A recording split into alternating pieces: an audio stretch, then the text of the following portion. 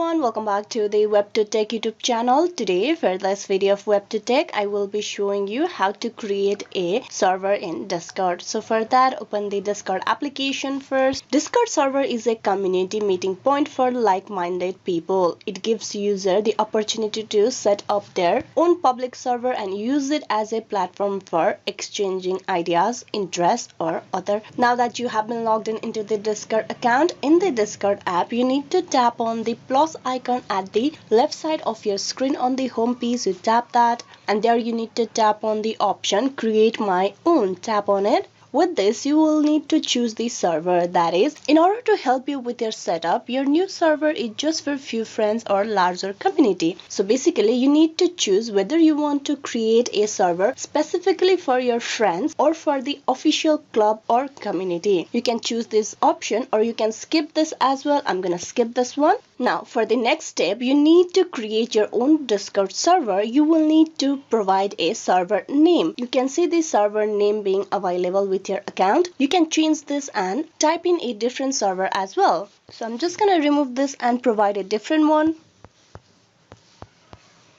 Once it's done, you tap on create server.